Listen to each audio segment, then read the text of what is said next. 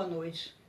É um prazer imenso estar aqui novamente, dessa vez para apresentar a palestrante de hoje, a nossa amiga Solange Maique, trabalhadora e colaboradora incansável da nossa casa, praticamente desde a sua fundação. Solange nos brindará hoje com o tema Fazer o bem sem ostentação. Agradecemos a sua participação e rogamos ao Pai que a proteja e a abençoe sempre nessa sua caminhada de luz.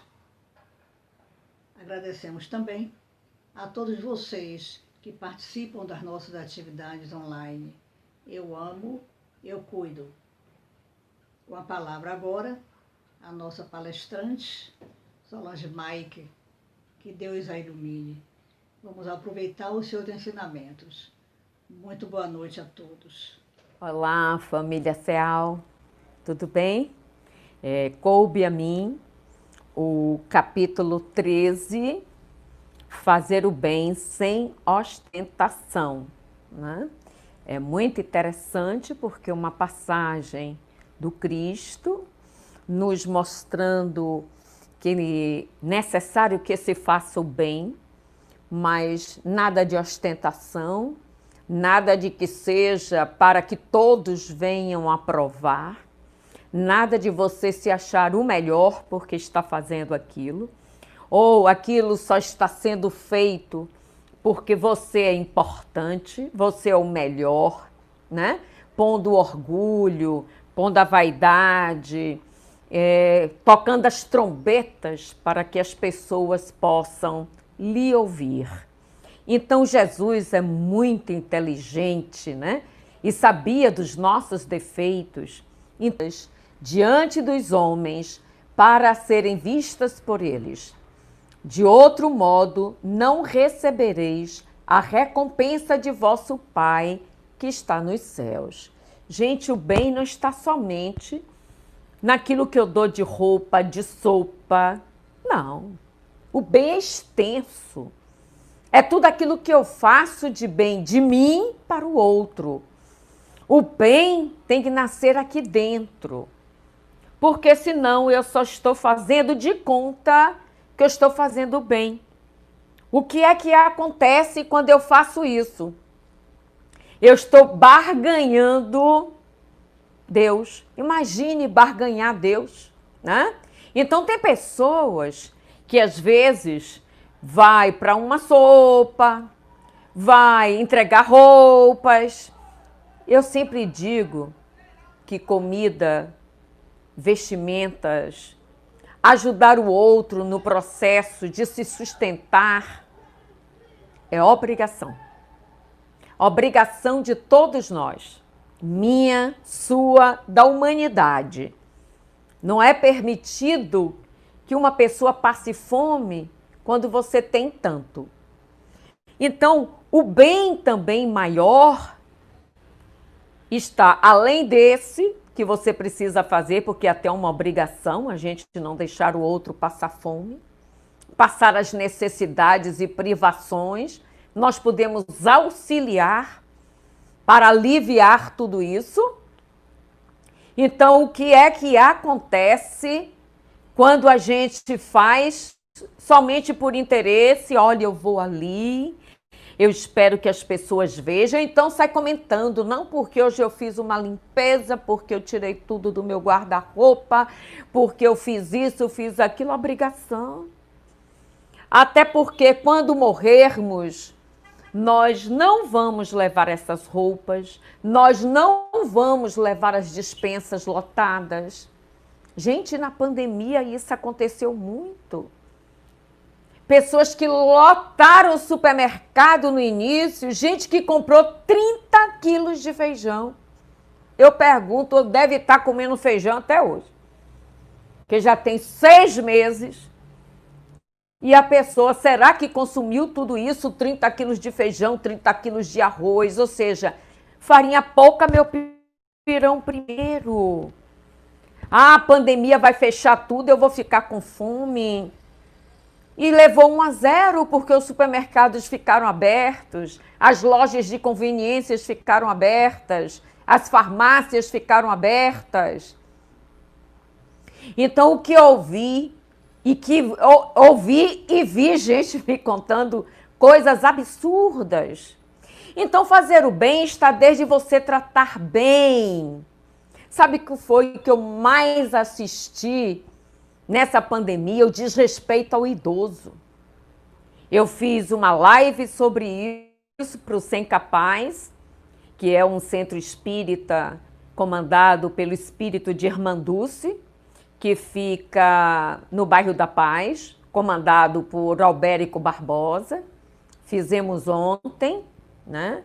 E fiz também um vídeo que está no YouTube mostrando desrespeito ao idoso. Então, quando você não faz bem àquele que já percorreu uma vida inteira, que chega na fase de 60 anos, né? Se ele não entrar com senescência, que é a saúde, vai entrar com senilidade, que é a doença, pode ter certeza que ele vai precisar dos filhos, dos entes queridos. E quantos só têm recebido ingratidões? Isso é fazer o bem sem ostentação. Ah, eu estou cuidando muito de papai. Ah, estou cuidando muito de mamãe. Sua mãe cuidou de você o tempo inteiro e não bradou pelos 4 cantos da cidade que estava cuidando de você desde quando você estava na barriga.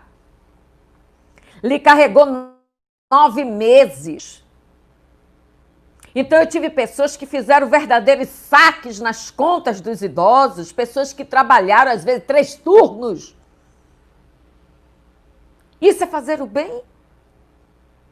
E eu cuidei desses idosos depressivos, porque os filhos estavam desrespeitando, tomando cartões, como se a pessoa estivesse decrépita. Ah, você é idoso, que idoso quer na rua com cartão? Não é isso. Não era isso que eles queriam. Claro que eles têm que contribuir. Faça uma lista. Ó papai, ó mamãe, nós vamos comprar isso, fazer isso, fazer isso, fazer isso. Sua contribuição vai ser X. Claro que eles sabem disso. Agora, fazer que idoso não presta mais, aonde está o bem nisso na família? Então, quando Jesus fala do bem, ele fala de um bem amplo. É em tudo. Não é só da sopa, da roupa. Eu chegar e fazer uma faxina em casa, dar panela velha, dar isso. Não é isso, não. Isso é obrigação. Não é isso, não. É o bom trato. É você poder fazer sem se queixar. É você fazer sem estar se aproveitando que o outro é porque está doente, porque o outro é idoso, porque o outro está em cima da cama. Gente, isso é sério. Então, quando Jesus diz aqui, ó, vamos lá. Ai, então, quando derdes uma esmola, não façais soar a trombeta diante de vós, como fazem os hipócritas nas sinagogas e nas ruas, para serem honrados pelos homens. Como era que as pessoas na época de Jesus faziam? Eles faziam uma reunião externa, convocava todos ali da sociedade local para distribuir aqueles pães, né? Aqueles alimentos. E tinha muitos que chegavam, ficavam de joelhos. Assista o filme Madalena, espetacular, mostra muito a historicidade dessa época de Jesus. Muito bom. Que aí a gente fica vendo como era a sociedade e por que Jesus foi para a cruz. Porque as pessoas disputavam com ele o bem maior que ele tinha. A mediunidade que ele tinha, que era a conquista, que ninguém tira. E tem pessoas que odeiam ser médiuns. E Jesus exercitou a sua mediunidade perfeitamente, as suas conquistas que ele trouxe. Claro que de reencarnações e reencarnações. Jesus é nosso irmão maior. Deve ter vindo de outros planetas. E com certeza quando veio aqui em missão, que aqui ele não reencarnou, aqui ele encarnou porque ele veio em missão. Ele veio nos trazer o que era necessário, o caminho. Por isso que ele dizia assim, eu sou o caminho, a verdade e a vida. E ninguém vai ao Pai a não ser por mim. Por mim é o quê? Pelo caminho que ele está colocando, pelas palavras que ele está dizendo, pela bússola que ele trouxe, que é esse evangelho maravilhoso. E que a doutrina espírita vem nos trazer no capítulo 13, que a vossa mão esquerda não saiba o que da vossa mão direita. Então ele simboliza aqui a esmola, que é um dos pontos primordiais, né?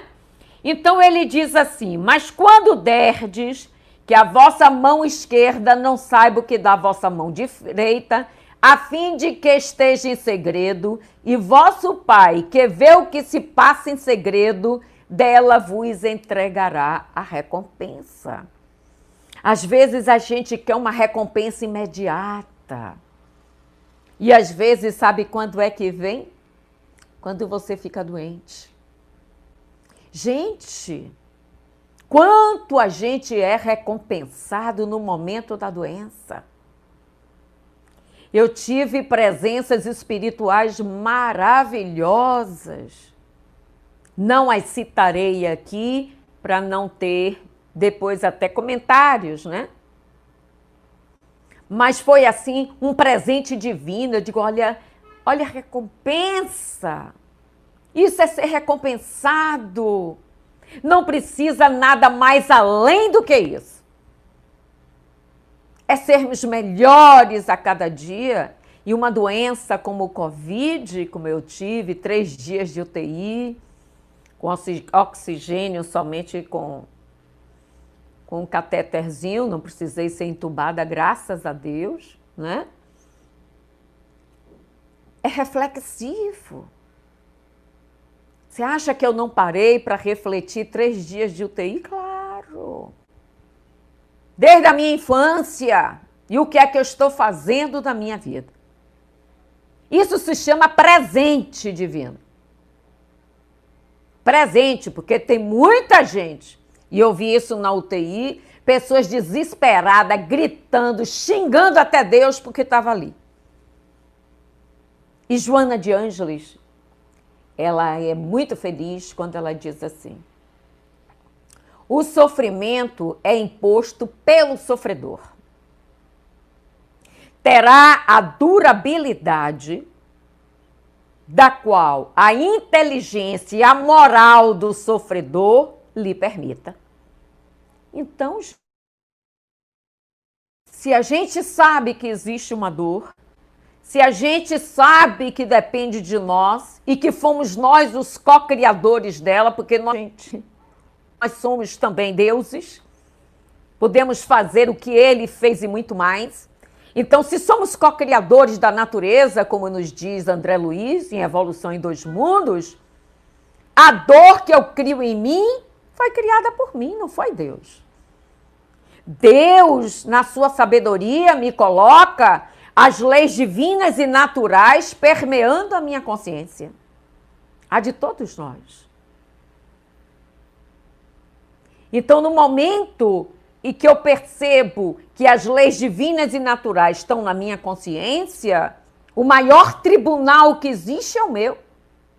Precisa Deus chegar de lá e me questionar nada. Eu sei o que eu fiz certo e eu sei o que eu fiz errado. E todos nós sabemos disso. Então, tem pessoas que me dizem assim...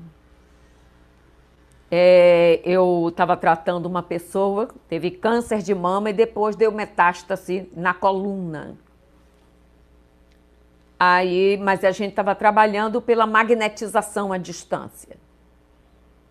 E uma recomendação espiritual que chegou necessárias. E aí, quando ela leu aquilo, ela me escreveu: eu preciso mudar em quê?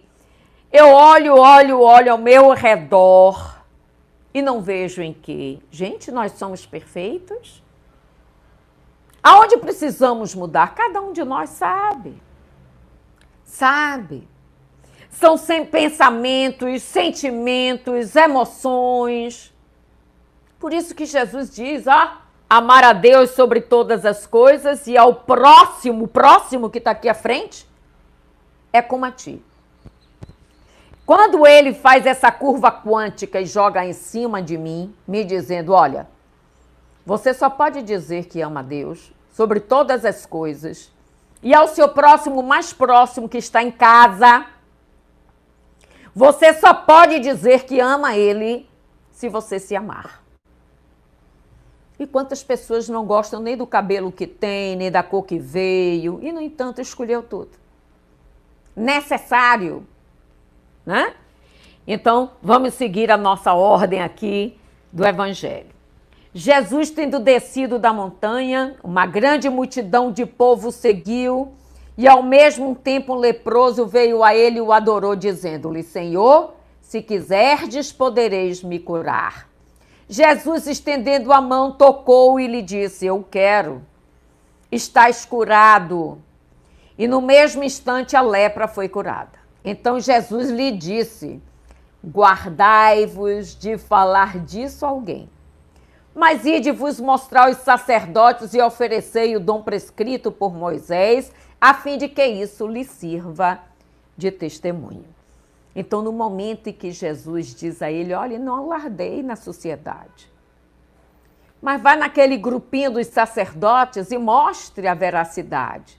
Mostre o quanto nós podemos operar em nós mesmos. Porque Jesus sempre disse, tua fé lhe curou. A mulher hemorraíça, 10 anos sangrando. Aquela multidão imensa. Ela disse, se ele cura, vai me curar agora. E ela avança na multidão e vai de encontro a Jesus. As pessoas a empurram, ela cai e quando ele passa, ela toca no manto que voou. E ele para. Alguém me tocou, mas mestra, e os discípulos, né? Aqueles que cercam para que ninguém pegue, ninguém toque, ninguém faça, ninguém aconteça. Mas mestre, quantos aqui estão lhe tocando? Não, esse toque foi diferente. De mim saiu uma virtude, ou seja, de mim saiu uma magnetização, saiu aquela energia maravilhosa de cura. Porque o desejo dela foi tão grande, a fé dela foi tão grande, que ela tocou e ela se curou. Ela se levanta e diz, fui eu, mestre. Há 10 anos eu sangro. Já fiz de tudo com os médicos, com tudo, e eu não fico curada. E eu tinha certeza que se eu lhe tocasse, eu estaria curada. Jesus olha para ela e disse, a tua fé te curou.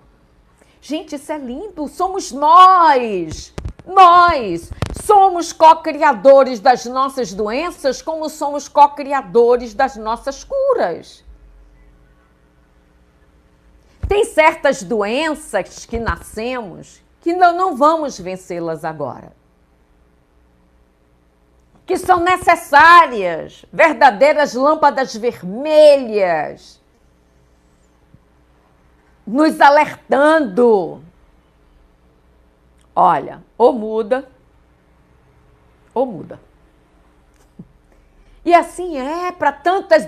O que é uma doença autoimune? Que a medicina já caracterizou, não tem cura. Aí Haroldo Dutra, o grande palestrante espírita, né, diz assim, toda doença chega ao fim. Toda doença tem cura. Toda. mas no dia certo, na hora certa e na causa certa. Então, às vezes, nós fazemos de tudo, melhora. Mas aí diz assim, mas meu Deus, eu já fiz de tudo e não fui curada. Não fique rogando a Deus, Ele não tem culpa de nada. Melhore sua situação, agora, melhore internamente. Divaldo Franco dizia assim, quando ele estava com a dor no ciático, né? Ele agora operou pela segunda vez a coluna e disse que está um menino de 33 anos. Ele dizia assim,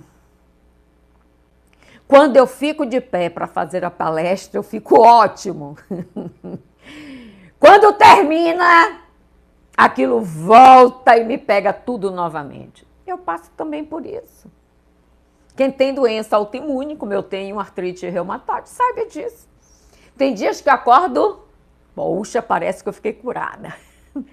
Tem dias que você acorda, que sinalização está lhe dando? Que você precisa mudar.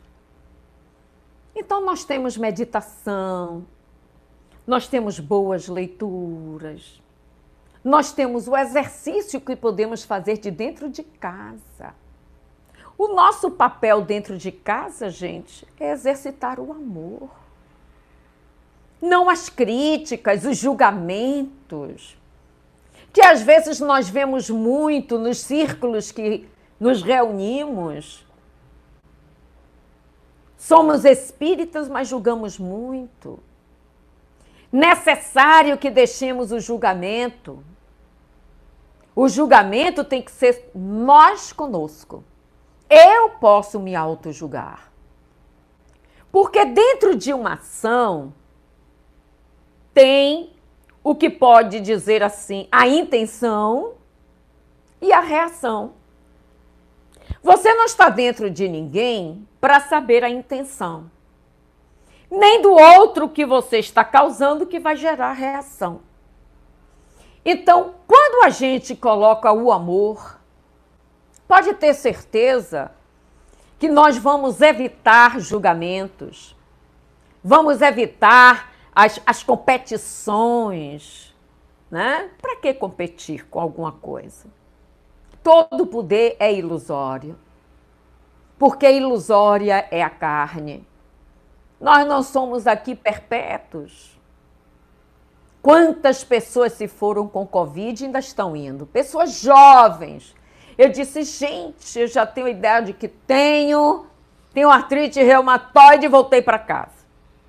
Quantos que tem 30, 35 e foi embora? Né? Então, eu só posso agradecer. Que oportunidade eu estou tendo e para quê? Vai depender de mim, né? E de cada um que está tendo a oportunidade de voltar para casa. Então, o Evangelho diz assim,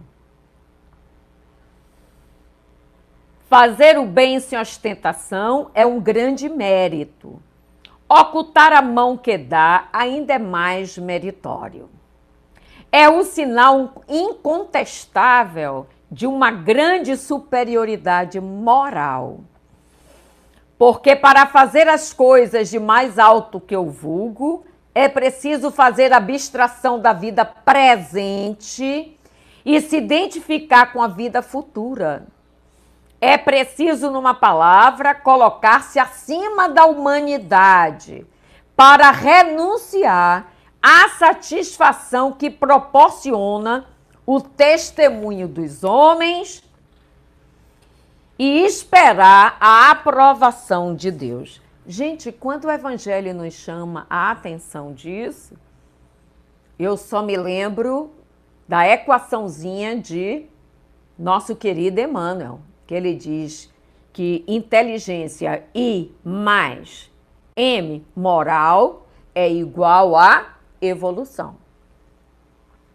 A inteligência, porque eu vou precisar do saber. A minha moral está direto ligado à minha educação espiritual, doméstica, né? Tudo que vai me compor o meu caráter e a minha persona. Vai ser igual à minha moralidade. Se não for dessa forma, como chegaremos lá?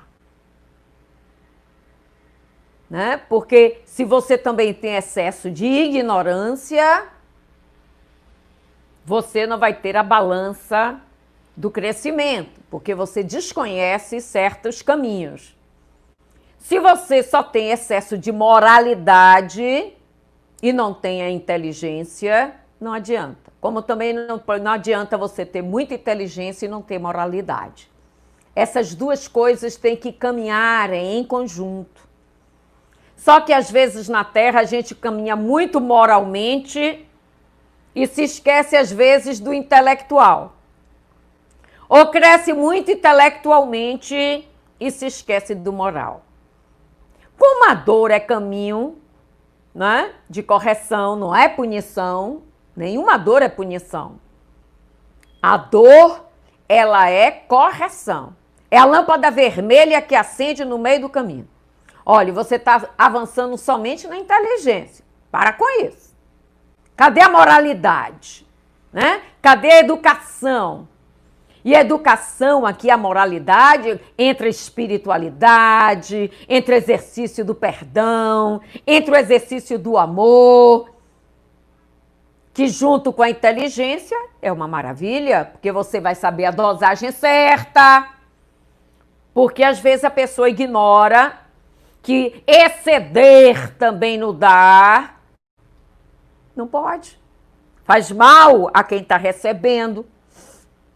Nós precisamos entender que dar demais faz mal, ou se apegar demais a algo. O apego como forma de amor não é amor. O nome já diz, é apego. Né? Então é contra a algo que a gente precisa entender que é lei do crescimento, é lei da evolução. Como eu posso ser apegada a um filho, a uma roupa, a um carro, se tudo meu é finito na Terra? Meu filho é temporário, meu filho. Quando a gente desencarna, vai encontrar uma constelação imensa de pessoas que fizeram parte da nossa caminhada. Meu filho pode voltar comigo, como pode não voltar? Meu marido pode voltar comigo como minha mulher e eu posso voltar com ele como meu marido. E por aí vai. As inversões de papéis para que a gente possa, né? O homem possa lidar com o feminino e a mulher possa lidar com o masculino, que é importantíssimo. Eu estava fazendo uma live com Flávio Santos essa semana e ele me disse, Solange, os livros espíritas só trazem que as mulheres crescem espiritualmente. Eu fiz talvez pela emoção, pela maternidade, né? A mulher que cabe a ela a educação, aquela que sabe realmente seu papel, né? Que a gente sabe que nem todas são iguais. Mas aquela que realmente se esforça a fazer seu papel como mãe, como esposa, como mulher realmente na sociedade, mesmo que trabalhe. Eu sempre trabalhei na minha vida e sempre cuidei dos meus 4 filhos. Então, no momento em que a gente se percebe que a gente pode dar o melhor, mesmo fazendo outras coisas, e a mulher multifuncional, a gente começa a perceber que é nosso papel. Por isso que evolui mais. Os homens, se você pedir 1000 coisas para ele ao mesmo tempo, ele não vai saber fazer. Não é da estrutura masculina isso. Ou nós determinamos isso como comportamento criando dessa forma, né? Criamos filhos, homens muito errados, sem participar das coisas dentro de casa, sem participar. Hoje os homens já estão indo para a cozinha, a mulher se abdicou da cozinha, hoje tem os melhores chefes, são homens. Então, o que a mulher deixou, o homem pegou. E aí, hoje é isso aí. Então, o fazer o bem sem ostentação não é você ser um bom profissional, é você sair bradando, eu sou a melhor do mercado. Não, tem tanta gente tão boa quanto você. E às vezes melhor do que você está anônimo. Eu sou o melhor médium. Como, olha, gente, eu já rodei esse movimento espírita do Iapoque ao Chuí. E eu já ouvi falar muito assim, fulaninha, vem cá para você conhecer fulaninha, é a médium principal. Não tem médium principal nenhuma. Eu disse, principal por quê? Não, porque ela que recebe o mentor espiritual da casa. Não, o mentor espiritual da casa pode estar à disposição de qualquer médium. A gente acha que os espíritos estão só para aquele médium. Não é verdade. Doutor Bezerra de Menezes vê em muitos médiuns sem precisar dizer que é ele.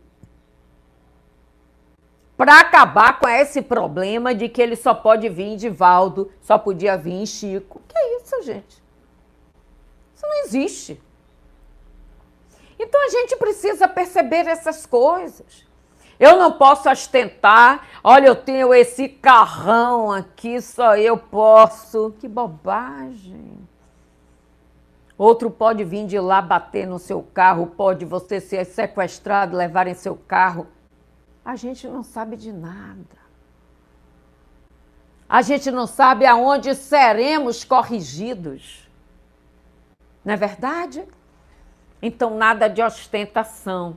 O que temos nos serve para uma caminhada provisória, porque voltaremos. Para podermos escrever novas histórias, sabermos superar as nossas dores e problemas, da qual aqui o tempo foi muito curto.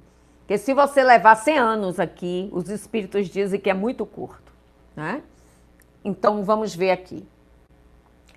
Quantos há que não prestam um serviço, senão com a esperança de que o beneficiado irá gritar o benefício sobre os telhados, que na claridade darão uma grande soma e na sombra não dariam uma moeda?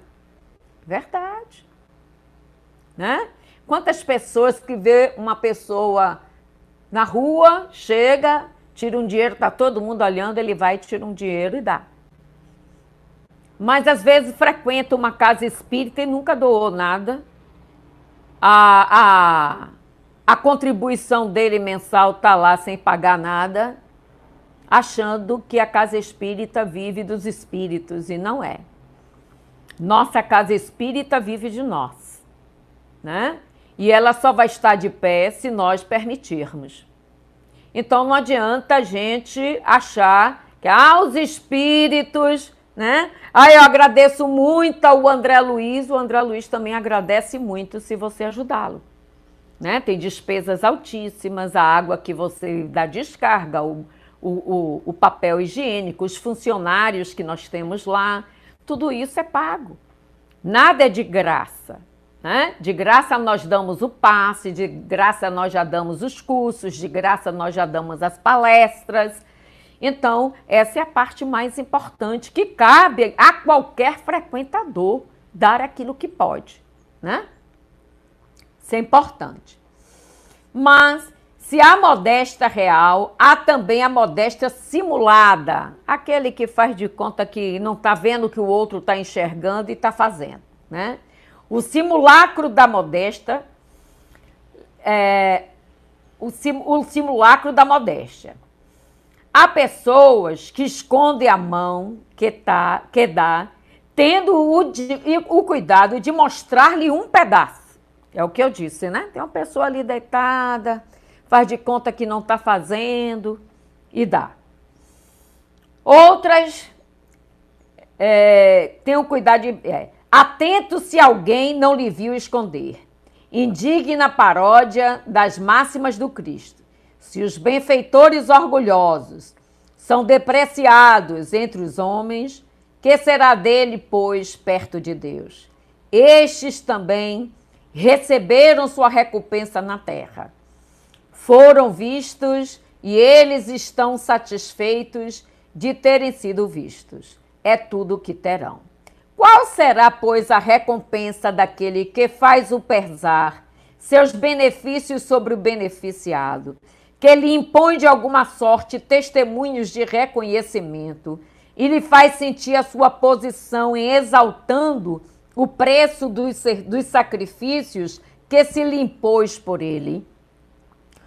Para este não há nem a recompensa terrestre, porque será privado da doce satisfação de ouvir e abençoar seu nome, o que é um primeiro castigo do seu orgulho. As lágrimas que sequem proveito da sua vaidade, em lugar de sucumbirem ao céu, cairão sobre o coração do aflitivo e o cerarão. O bem que faz é sem proveito para si, uma vez que o censura, porque todo benefício censurado é uma moeda falsa e sem valor. Então, gente, aquele que faz com ostentação já recebeu. Tem mais nada a pedir, nada, ninguém tem mais nada a contribuir com mais nada, né? Deus não tem mais nada que quitar com ninguém. Se ele mesmo já se quitou, ele mesmo já fez, ele mesmo já reconheceu, ótimo. Que continue assim. Agora, ele sabe que ele vai ter que corrigir. Aí vem a dor. Por isso que a dor não é punição, é correção daquilo que precisamos enxergar, né? Então, a gente precisa enxergar a nossa vida. Então, não doe somente suas roupas, que às vezes estão superlotando o guarda-roupa.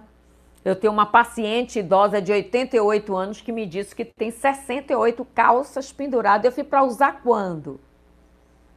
Né? Doe! Vá num brechó desse. Lá o André Luiz precisa pelo menos dessas 50 calças, deste 10, que a gente nem vai nem usar. Que a pandemia não deixou, gente.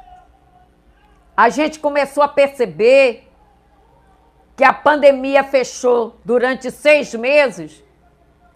Ninguém usou roupa, sapato, nada.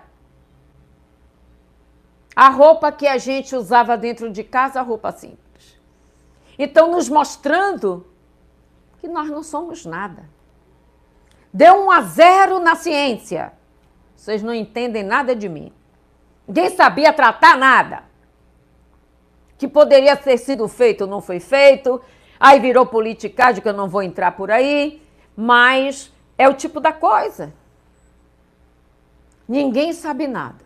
Nem se você pega novamente.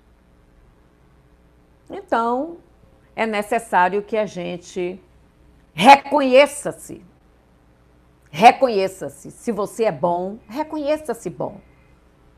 Agora seja melhor ainda. O melhor ainda é você dizer assim, bom, essa coisa boa que talvez tenha dentro do meu coração, eu preciso ampliar muito mais, né? Então, o Evangelho da noite de hoje vem nos ensinar que fazer o bem sem ostentação é a melhor coisa que nós podemos fazer. Não adianta você querer iluminar o outro. Nós nos auto-iluminamos. O outro nos é consequência dessa iluminação. Eu mudo lá em casa e ninguém muda. Você não está para mudar ninguém. Não é as pessoas que você precisa mudar. Você precisa mudar você. Qual o seu papel na família? É o amor. É dar o amor. É entender que cada um tem suas dificuldades. Se o marido vai e a esposa não vai, entenda por que ela não vai. Ela não quer entender a doutrina? Problema dela. Eu vou e meu marido não vem. Não mude ele, mude você. Um dia ele vai precisar de toda essa sua experiência espiritual. Vai. Porque quando a gente chega no leito da doença e da morte, pode ter certeza que a gente vai precisar do auxílio espiritual. Você ia tanto naquela casa, não é? Você dizia que dava passe. Você pode dar um em mim para ver como é que é? Quantos eu já ouvi isso me dizendo, meu marido agora está me pedindo passe, minha esposa que não ia agora está me pedindo passe. Ótimo! Antes de morrer, que acorde. Porque quando nós despertamos do outro lado, seremos os mesmos. Eu não vou acordar do outro lado sem ser Solange Maiken. Serei a mesma. A mesma. A mesma. Só que a nossa mente se elucida mais. Para aquele que leva uma certa lucidez. E para aquele que leva apego, aquele que leva tudo que a gente precisa largar aqui, amplia-se. Por isso que fica perseguindo a fazenda de 1800, o cavalo branco que levaram e roubaram a esposa no cavalo branco, porque levaram a minha fortuna em ouro que estava enterrada. Amplia-se, amplifica-se. Por quê? E por que que enterrou o ouro? E por que que não desapega? Porque uma coisa é ter tudo que eu tenho como empréstimos divinos. A gente se esquece que não é nosso e que a gente tem que devolver ao proprietário. Que é Deus que permitiu a cocriação disso tudo que nos permeia. Tudo que nos permeia são átomos condensados. A parede, o quadro que eu tenho aqui na minha frente, o som, televisão, tudo são átomos condensados. Cocriação do homem, que é uma cocriação divina. Permissão de Deus a estarmos aqui. Que damos a forma através da frequência que permitimos morar na Terra e com isso nós construímos. Assim como em nosso lar, que ainda é muito material, que faz parte de uma colônia espiritual, mas que tem tudo, tem casa, tem carro, tem alta tecnologia. Por quê? Porque a frequência de lá ainda permite que se precise disso tudo. Então, gente, isso aqui é empréstimo. O carro que você compra, você tem que agradecer a Deus. Senhor, obrigada por ter tido a oportunidade de comprar esse carro. Obrigada pela esposa, pelo esposo, pelo filho e pela filha. São bênçãos divinas do meu lado, que me corrigem, que estão aqui do meu lado, que não estão por acaso. Se sua dor está na família, não está por acaso. Está no ambiente de trabalho, não está por acaso. Procure enxergar diferente. Troque a lente. Não queira fazer ostentação com aquilo que você sabe. Como eu já tive pacientes de me chegar e dizer assim, eu vou sair de férias, está pensando que eu vou passar o que eu sei para o próximo? Não vou não. Ele que se vire lá. Extremo do orgulho e do egoísmo. Para não perder o emprego. E perde a chance de ser melhor. Perde a chance de fazer o bem sem ostentação. Olha, amigo, você vem amanhã mais cedo, que eu vou sair de férias e eu vou lhe ensinar tudo, porque é você que vai ficar no meu lugar. E se você precisar de mim, em alguma dificuldade, me ligue. Uma pessoa dessa ainda desliga o telefone, não quer saber de ninguém. Então, gente, quando a dor chega, é para nos corrigir. Necessária para nos corrigir, tá? Aqui eu me despeço de vocês e que possamos ter a capacidade de fazermos o bem, seja ele qual for, desde a esmola, né, como cita Jesus, a qualquer benefício que a gente faça a alguém, que ele fique entre nós e o benfeitor. E nunca jogar na cara da pessoa. Eu lhe dei isso. Porque eu fiz isso. Todo aquele que espera retribuição não fez de coração. Todo aquele que espera que o outro faça igual, quando Jesus diz fazer o bem sem olhar a quem, é porque ele já sabia que se a gente olhar muito bem, não faz a ninguém. Porque todos têm defeitos. Tá? Olha, um cheiro no coração. Tudo de bom para vocês, tá? Fiquem com Deus. Tchau.